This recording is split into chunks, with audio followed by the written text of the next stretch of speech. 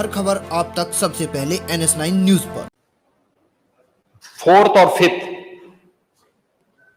जो आए हैं या इससे पहले जो सर्वे हुए हैं, वे सर्वे इस बात की गवाही देते हैं कि उत्तर प्रदेश में विगत 5.5 वर्षों के अंदर स्वास्थ्य सेवाओं में बेहतरीन सुधार हुआ है। और चाहे वह एनीमिया से जुड़े हुए मामलों में सुधार का प्रश्न हो, ये नेशनल एवरेज से अच्छा हुआ है। शिशु मृत्यु दर और मातृ मृत्यु दर यह पहले की तुलना में काफी इसमें सुधार हुआ है। अन्य मामलों में भी उत्तर प्रदेश ने उत्तरोत्तर वृद्धि की है, काफी उसमें अच्छी प्रगति हुई है। यह सीजन पूर्वी उत्तर प्रदेश के लोगों के लिए हमेशा भय का प्रतीक होता था। 1200, 1500, 2000 तक मौतें होती थी। अकेले गोरखपुर का बीआरडी मेडिकल कॉलेज 500 मौतें उस मेडिकल कॉलेज में एक छत के नीचे एक वर्ष में होती थी। जनपदों के अंदर जो मौतें हो रही थी वो अलग है। जो लोग हॉस्पिटल तक नहीं पहुंच पाते थे वे अलग थी। डबल इंजन की सरकार का ही प्रभाव है और संयुक्त कार्यवाही का ही परिणाम है। इंसेफ्लाइटिस आज 0 तक पहुंच रही। इंसेफ्लाइटिस से होने वाली मौत 0 पर पहुंची है। अभी मैं गोरखपुर के दौरे पे था, स्वास्थ्य विभाग के साथ एक बैठक मेरी हो रही थी। इंसेफ्लाइटिस के केवल 40 मामले इस वर्ष वहां पर अब तक आए हैं। 40 में से 33 एक्यूट इंसेफ्लाइटिस के और 7 जापानी इंसेफ्लाइटिस के। मौत 0 है। ये गोरखपुर जनपद की बात कर रहा हूं मैं। गोरखपुर, ऐसे ही कुशीनगर, देवरिया, महाराजगंज, हमारे माता प्रसाद पांडे जी पूर्व अध्यक्ष जी का जनपद सिद्धार्थनगर, या संत कबीर नगर, बस्ती, इधर देवीपाटन कमिश्नरी के जनपद, इन सभी जनपदों में बड़े पैमाने पर मौतें होती थी। लेकिन समाजवादी पार्टी सरकार एक भी बार अपनी संवेदना व्यक्त करने के लिए उन क्षेत्रों में उन मरीजों को मिलने तक कोई नहीं गया, क्योंकि फुर्सत ही नहीं थी। क्योंकि जो मरने वाले बच्चे थे, ये विषय उससे जुड़ा हुआ है, ये प्रश्न इससे जुड़ा हुआ है। मरे उन बच्चों का अगर किसी ने मदद की तो समाजवादियों ने मदद की। ये प्रश्न इससे जुड़ा हुआ है। समाजवादी पार्टी की सरकार दुर्भाग्य से इस प्रदेश में 4 बार थी और चारों बार कभी भी इंसेफ्लाइटिस से होने वाली हजारों मौतों पर कोई संवेदना समाजवादी पार्टी की सरकार महोदय, जहां इलाज हो रहा है वो किसके बनाए हुए हैं? आप बोल रहे हैं इलाज हो रहा है किसके बनाए हुए हैं? आप बोल रहे थे वो इलाज हो रहा है तो किसके बनाए हुए हैं? आप बोल रहे थे, कोई नहीं बोला। अब माननीय मुख्यमंत्री जी बोल रहे हैं, सुनिए। जब माननीय नेता यही बात मैं बोल रहे थे, विपक्ष बोल रहे थे, कोई बीच में कोई किसी ने कोई व्यवधान नहीं किया। किसी ने कोई व्यवधान नहीं किया। कोई व्यवधान नहीं किया था। नेता सर बोल रहे हैं, आप उसको सुनिए। आपने कोई प्रयास नहीं हुए। ये लोग दूसरों को उपदेश देते हैं। सच्चाई क्या थी? 2017 में, उससे 5 वर्ष पहले तो समाजवादी पार्टी की सरकार 2012 से 2017 तक थी। प्रदेश के सभी प्राथमिक स्वास्थ्य केंद्र बंद कर दिए गए थे। कोई डॉक्टर नहीं था, कोई डॉक्टर नहीं था। ज्यादातर सीएससी बंद के कगार पर थे। सुनिए नहीं। और यही नहीं, जनपद और जिला चिकित्सालयों की स्थिति भी कितनी दयनीय थी, जर्जर स्थिति थी। और आज मैं कह सकता हूं 108 एम्बुलेंस के रिस्पांस टाइम को इस सरकार ने और अच्छा करने का प्रयास किया है, उसमें सुधार हुआ है। आज सरकार के प्रयासों के परिणाम स्वरूप प्रदेश में 1 डिस्ट्रिक्ट 1 मेडिकल कॉलेज की तरफ हम लोग बढ़ रहे हैं। आज मैं कह सकता हूं उत्तर प्रदेश के अंदर डबल इंजन की सरकार का ही प्रभाव है और संयुक्त कार्रवाई का ही परिणाम है कि आज प्रदेश के 59 जनपदों में एक एक मेडिकल कॉलेज या तो बन चुका है या बनने की ओर अग्रसर है, उस पर कार्रवाई चल रही है। जो शेष 16 जनपद हैं उन पर भी इस कार्रवाई को सरकार आगे बढ़ाने का कार्य कर रही है। मेडिकल कॉलेज से उनको परहेज है, हॉस्पिटल की सुविधा से उन्हें परहेज है। और तो और कोरोना महामारी के दौरान पता नहीं नेता प्रतिपक्ष कहां गए थे, मुझे तो लगता है किसी ने, हम लोगों ने तो कभी नहीं देखा उनको बाहर निकलते हुए। 3-4 चरणों में दुर्भाग्य से इंसेफ्लाइटिस आई थी और उन 4 चरणों में हमें तो आशंका थी कि ऐसा ना हो कि कोरोना कालखंड में 5वें चरण की वो आ जाए तो फिर इनका क्या हाल होगा। लेकिन ईश्वर की कृपा थी कि कोरोना हम लोगों ने नियंत्रित करने में सफलता प्राप्त की। अब देखिए कौन देख रहा है, वैक्सीन तो हम लोगों ने फ्री भी की है, फ्री वैक्सीन है। नहीं, मैं क्या कह रहा हूं ना, हम लोगों ने तो वैक्सीन ली है, नेता वैक्सीन ली, पावर होगी, हम लोगों ने वैक्सीन ली है।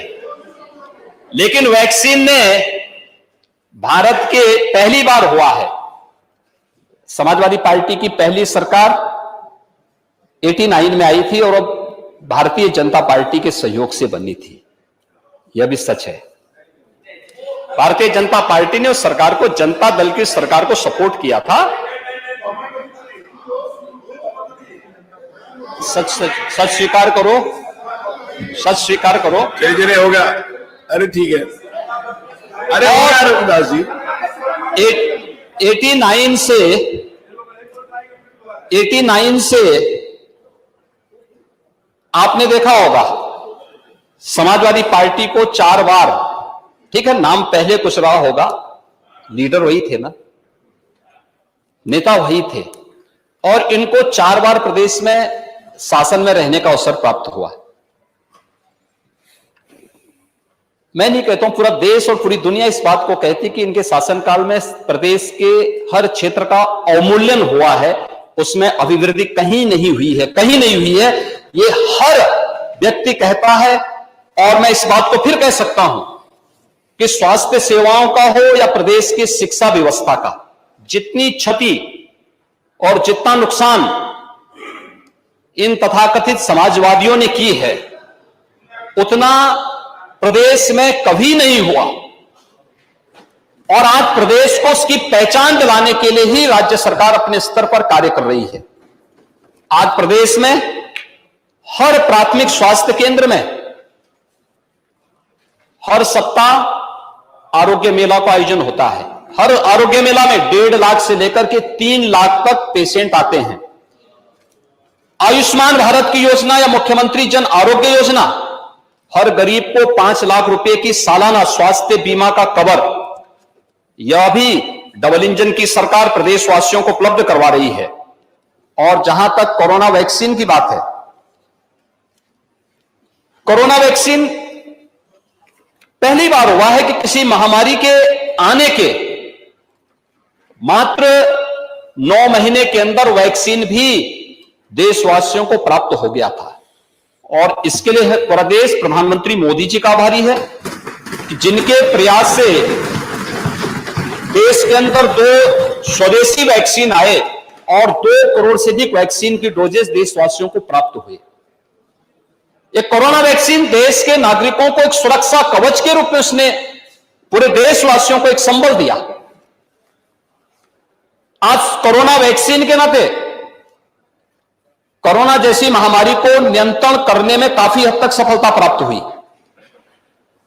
लेकिन कुछ लोगों ने कोरोना कालखंड में जनता जनार्दन का ध्यान तो नहीं रखा, लेकिन दुष्प्रचार जरूर करते रहे। कभी वैक्सीन के खिलाफ करते थे, कभी किसी अन्य उसके खिलाफ अभियान, अनावश्यक एक नकारात्मक माहौल बनाने का प्रयास करते थे। लेकिन उत्तर प्रदेश में अब तक हम लोग 38 करोड़ से अधिक वैक्सीन की डोजेज उत्तर प्रदेश के अंदर दे चुके हैं और ये सभी वैक्सीन की डोजेज फ्री में ही उत्तर प्रदेश वासियों को प्राप्त हुई है। राज्य सरकार को बहुत प्रमाण पत्र कहीं से और लेने की आवश्यकता नहीं। नेशनल फैमिली हेल्थ सर्वे इस बात की प्रमाण प्रस्तुत कर रहे हैं। राज्य सरकार ने प्रदेश के अंदर हर एक व्यक्ति को बेहतरीन स्वास्थ्य सुविधा उपलब्ध कराने के लिए पूरी तरह हम प्रतिबद्ध हैं और सरकार उसको पूरी मजबूती के साथ, पूरी प्रतिबद्धता के साथ आगे बढ़ाएगी। जो भी अगर कहीं पे कोई लापरवाही होती है उसकी जवाबदेही भी उस स्तर पर विभाग के द्वारा, शासन के स्तर पर सुनिश्चित होती है।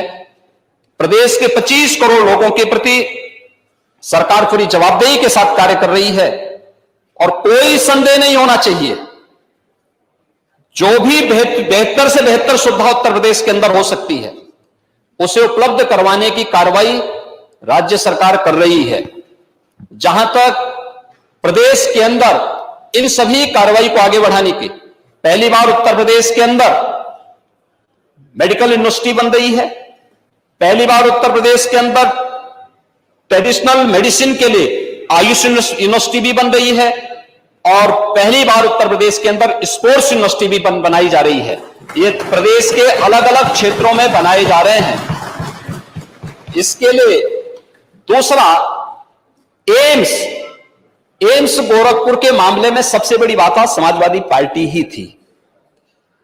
इन लोगों ने एम्स की भूमि को दिया ही नहीं और जब भारतीय जनता पार्टी की सरकार प्रदेश में आई, उस जमीन की फिर रजिस्ट्री भारतीय जनता पार्टी की सरकार के आने के बाद फिर मेरे आदेश पर उस रजिस्ट्री की कार्रवाई को संपन्न किया गया। आज एम्स गोरखपुर में संचालित हो चुका है। गोरखपुर में शिलान्यास हमने किया था। शिलान्यास ये फर्टिलाइजर के उसमें हुई थी, लेकिन रजिस्ट्री नहीं हुई थी। इन्होंने प्रस्ताव नहीं दिया था और फिर रजिस्ट्री की कार्रवाई को हम लोगों ने आने के बाद किया था। रजिस्ट्री की कार्रवाई हम लोगों ने संपन्न की। इंसेफ्लाइटिस जैसी बीमारियों को नियंत्रण करने का कार्य ये भारतीय जनता पार्टी की डबल इंजन की सरकार ने किया है। और यही नहीं, आज प्रदेश के अंदर जितने भी प्रकार के संचारी रोग हैं, डेंगू है, कालाजार है, मलेरिया है, या इन सभी प्रकार के संचारी रोग नियंत्रण के लिए वर्ष में 3 बार विशेष अभियान चलाने की कार्रवाई भी यह राज्य सरकार के प्रयास और केंद्र और राज्य सरकार के संयुक्त प्रयासों का परिणाम है। आज प्रदेश के अंदर जो विभिन्न प्रकार के कार्यक्रम स्वास्थ्य संबंधी हों, उन सभी कार्यक्रमों को डबल इंजन की सरकार पूरी मजबूती के साथ आगे बढ़ा रही है और बिना भेदभाव के समाज के हर एक तबके को उपलब्ध करवाने का कार्य कर रही है। नेता प्रतिपक्ष पूर्व मुख्यमंत्री रह चुके हैं और प्रतिपक्ष के सबसे बड़े दल के नेता भी हैं। मैं उनसे आग्रह करूंगा कि उनको सदन में सच बोलने की आदत डालनी चाहिए। मैंने कल भी कहा था, समाजवादी और सच नदी के 2 कोने होते हैं, ये कभी एक साथ नहीं चलते हैं। और मुझे लगता है उनको इस सत्य को स्वीकार करना चाहिए कि जो कुछ भी विकृति थी, ये तो विरासत से जो हमें प्राप्त हुई थी, उसी विकृति को हम सुधार रहे हैं। उसी विकृति को ठीक करते हुए उसको और बेहतर करने का प्रयास किया जा रहा है। इसलिए अपने किए पर जब वह इस प्रकार की टिप्पणी करते हैं तो स्वयं कटघरे में खड़े होते हैं। जब वह ये कहते हैं कि उत्तर प्रदेश के अंदर, जब उन्हें इस बात पर अफसोस होता है कि उत्तर प्रदेश में हर घर नल की योजना क्यों लागू हो रही है, उनको जब इस पर अफसोस होता है क्योंकि वे नहीं कर पाए थे, लेकिन आज डबल इंजन की सरकार प्रदेश के अंदर हर घर नल से जल देने के लिए प्रतिबद्ध है और उस पर कार्रवाई कर रही है, तो उनको इस पे भी अफसोस हो रहा है। कम से कम अच्छे कार्यों को स्वीकार करो, अच्छा लगेगा। और मुझे लगता है कि बुंदेलखंड और विंध्य क्षेत्र में इस वर्ष के अंत तक हम हर घर नल की योजना पूरी तरह लागू, हर घर तक पहुंचाने की कार्रवाई संपन्न कर चुके होंगे। प्रदेश में 30,000 गांवों की कार्य योजना अंतिम चरणों में चल करके उन पर कार्य भी प्रारंभ हो चुका है।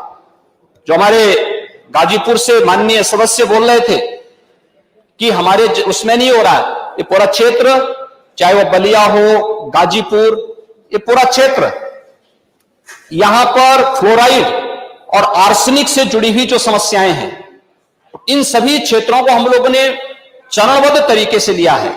आर्सेनिक, फ्लोराइड इंसेफ्लाइटिस से ग्रसित क्षेत्र या फिर उन क्षेत्रों में जहां पर खारा पानी की समस्या है, जो पहले से डार्क जोन में चिन्हित हैं, सरफेस वाटर हो या ग्राउंड वाटर हो, इसका बेहतरीन उपयोग करते हुए हर घर नल की योजना को लागू करने की कार्रवाई चल रही है।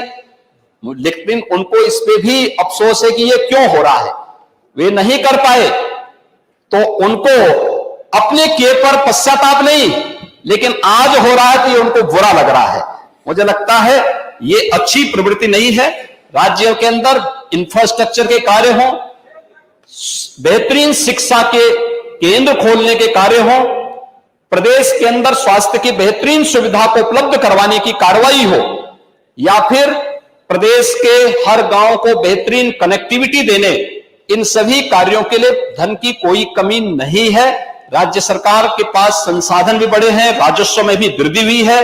कोरोना जैसी महामारी का सामना करते हुए भी राज्य सरकार ने पूरी मजबूती के साथ अपनी अर्थव्यवस्था को भी सुदृढ़ करने का प्रयास किया है। और यही नहीं, उसी अभियान के क्रम में हम लोग प्रधानमंत्री जी के विजन के अनुरूप देश की अर्थव्यवस्था को $5 ट्रिलियन की अर्थव्यवस्था बनाने के लिए उत्तर प्रदेश ने भी अपनी इकोनॉमी को $1 ट्रिलियन की इकोनॉमी को बदलने के लिए उस दिशा में अपने प्रयास को आगे बढ़ाए हैं। एक पूर्व मुख्यमंत्री को और नेता प्रतिपक्ष को तो कम से कम इस पर प्रसन्नता होनी चाहिए थी कि जो काम वे नहीं कर पाए हैं, आज भारतीय जनता पार्टी नेतृत्व की सरकार उस कार्य को कर रही है, तो कम से कम इसमें वे सहयोग नहीं कर सकते हैं तो अड़ंगा लगाने का कार्य तो उनको नहीं करना चाहिए, क्योंकि केवल लोकतंत्र में सरकार ही नहीं, प्रतिपक्ष भी लोकतंत्र की व्यवस्था का एक पहिया है। और मुझे लगता है कि उसमें उनको अपनी जिम्मेदारी को समझना चाहिए, उस गंभीरता का परिचय देना चाहिए। कोई भी ऐसा वक्तव्य नहीं देना चाहिए जो गुमराह करने वाला हो, जो सत्य से परे हो और जो अनावश्यक रूप से आम जनमानस के मन में तमाम प्रकार की भ्रांति पैदा करते हुए उनके स्वयं के जीवन के साथ खिलवाड़ करने वाला हो। और इस प्रकार की कभी कभी छोटी छोटी बातें व्यक्ति मजाक में कहता है, लेकिन उसको जब हम लोग गंभीरता से कोई लेने लगता है तो कभी कभी उसके जीवन के साथ भी खिलवाड़ होता है। इंसेफ्लाइटिस उसके कोरोना के मामले में हमने देखा था, जब उन्होंने कहा था कि साहब ये वैक्सीन नहीं लेंगे, और वैक्सीन का परिणाम क्या रहा, बहुत सारे लोगों के जीवन के साथ उस समय खिलवाड़ हुआ होगा। लेकिन ये फ्री में वैक्सीन थी, पूरी दुनिया इसको स्वीकार कर रही है, WHO ने इसको मान्यता दी और वैज्ञानिकों ने बहुत उसके साथ हमें मौतें बताते हुए बड़ा अफसोस होता है कभी कभी कि इंसेफ्लाइटिस का वैक्सीन जापान में 1905 में बन गया था। भारत में इस वैक्सीन को आने में 100 वर्ष लगे। 2005 में यह वैक्सीन भारत में आया। क्या कर रहे थे हम आजादी के बाद? 1947 से 2005 तक क्या हो रहा था? इतने वर्षों तक आखिर हम क्यों, और इंसेफ्लाइटिस से मरने वाले ज्यादातर बच्चे कौन थे? अल्पसंख्यक और अनुसूचित जाति, अति पिछड़ी जाति से जुड़े हुए बच्चे थे।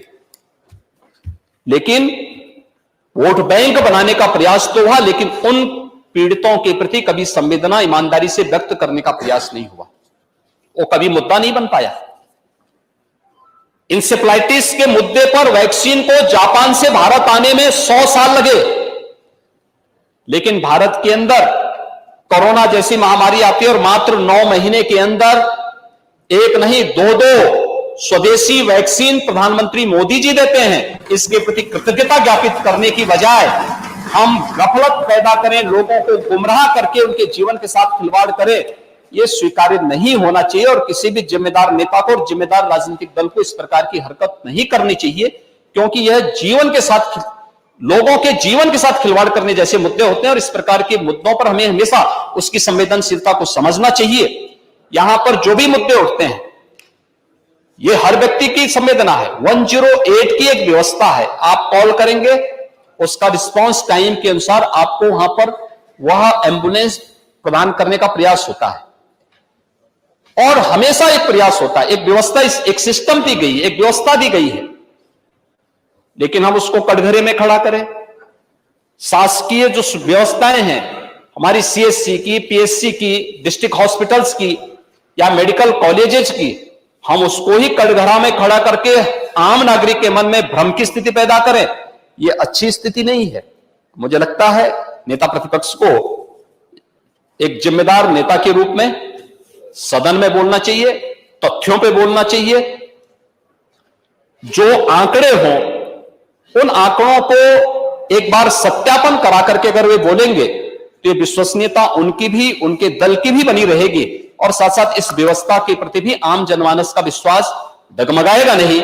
और यह अगर विश्वास डगमगाएगा, ये लोकतंत्र के लिए बहुत खतरनाक दिन होगा, क्योंकि जनमानस की भावनाओं के विरुद्ध जब भी कोई आचरण कोई व्यक्ति करेगा तो वह अविश्वास की स्थिति पैदा करेगा और वो लोकतंत्र के लिए सबसे खतरनाक दिन होगा। दुर्भाग्य से कुछ लोग अपने निहित स्वार्थ के लिए इस प्रकार का आचरण करते हैं या कर बैठते हैं। इसको लोकतंत्र में कहीं मान्यता नहीं देनी चाहिए। सरकार अपने स्तर पर बेहतरीन प्रयास कर रही है और जो कुछ भी होगा, मैंने पहले भी कहा, प्रदेश की बेहतरी के लिए, प्रदेश के विकास के लिए, प्रदेश की 25 करोड़ जनता के लिए हमने इसको जाति, मत, मजहब या क्षेत्र और भाषा के आधार पर नहीं बांटा है। 25 करोड़ जनता को डबल इंजन की सरकार ने अपने परिवार के रूप में ट्रीट किया है और बिना भेदभाव के शासन की योजनाएं उस रूप में पूरे प्रदेश के अंदर लागू हो रही है। हमने उसी रूप में उसको देने का प्रयास भी किया है। इसलिए कृपया इस सदन की कार्रवाई के माध्यम से अन्य माननीय सदस्यों के महत्वपूर्ण मुद्दों को हम इस प्रकार के मुद्दों के आधार पर, जो तथ्यों पर आधारित न हो, उससे हम अन्य माननीय सदस्यों के समय को जाया न करें तो अच्छा होगा। धन्यवाद। हर खबर आप तक सबसे पहले NS9 न्यूज पर।